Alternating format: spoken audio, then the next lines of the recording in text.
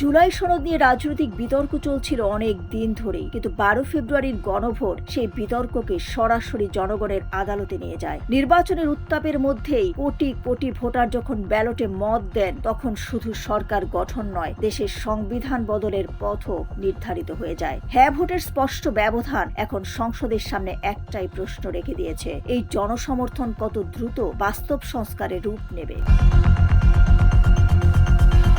জুলাই জাতীয় সনদ বাস্তবায়নের আদেশ অনুযায়ী নবনির্বাচিত সংসদ সদস্যরাই একই সঙ্গে সংবিধান সংস্কার পরিষদের দায়িত্ব পালন করবেন। জাতীয় সংসদের প্রথম অধিবেশন থেকে 180 কার্যদিবসের মধ্যে সনদে উল্লেখিত প্রস্তাবগুলোর আলোকে সংবিধান সংশোধনের উদ্যোগ নেওয়ার বাধ্যবাধকতাও তৈরি হয়েছে। রাজনৈতিক দলগুলোর সঙ্গে ধারাবাহিক বৈঠকের পর গণভোটে মোট 84টি সংস্কার প্রস্তাব অন্তর্ভুক্ত করা হয়, যার মধ্যে 47টি সরাসরি সাংবিধানিক সংশোধনের সঙ্গে সংশ্লিষ্ট।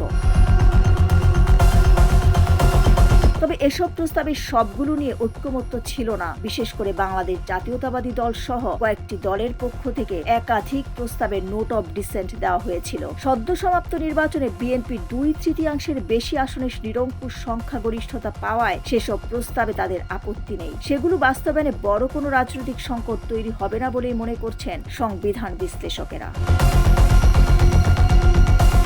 তবে বিতর্কের কেন্দ্রে উঠে এসেছে দ্বিকক্ষ বিশিষ্ট সংসদের উচ্চকক্ষ গঠনের প্রশ্ন। বিএনপি নির্বাচনী ইশতেহারে সংসদের আসন সংখ্যার ভিত্তিতে উচ্চকক্ষ গঠনের কথা বলা হলেও গণভোটে মানুষের সামনে যে প্রশ্নটি ছিল, সেখানে উচ্চকক্ষ গঠনের ভিত্তি হিসেবে আনুপাতিক ভোটের হারকে গুরুত্ব দেওয়া হয়েছে। ফলে রাজনৈতিক অঙ্গনে এখন আলোচনার বিষয়, সংসদ কি ইশতেহারের পথে হাঁটবে নাকি গণভোটের নির্দেশনাকে প্রাধান্য দেবে। সরকারের নীতি নির্ধারণী পর্যায় থেকে ইঙ্গিত মিলছে, গণভোটে যে বিষয়ে জনগণ সরাসরি মত দিয়েছে সেটিকেই বেশি গুরুত্ব দেওয়া হতে পারে। এ কারণে উচ্চকক্ষের গঠন পদ্ধতি নিয়ে ভবিষ্যতে সংসদের ভেতর ও বাইরে আরো বিতর্ক তৈরি হওয়ার সম্ভাবনা উড়িয়ে দেওয়া যাচ্ছে না। একই সঙ্গে সেসব সাংবিধানিক প্রস্তাবে বড় রাজনৈতিক দলের আপত্তি রয়েছে, সেগুলোর ক্ষেত্রে গণভোট হ্যাঁ জয়লাভ করলেও বাস্তবায়ন প্রক্রিয়া জটিল হয়ে উঠতে পারে বলেও মনে করছেন সংশ্লিষ্টরা। সব মিলিয়ে নির্বাচন ও গণভোটের যুগপৎ ফলাফল বাংলাদেশের সাংবিধানিক রাজনীতিতে এক নতুন পর্যায়ে নিয়ে গেছে।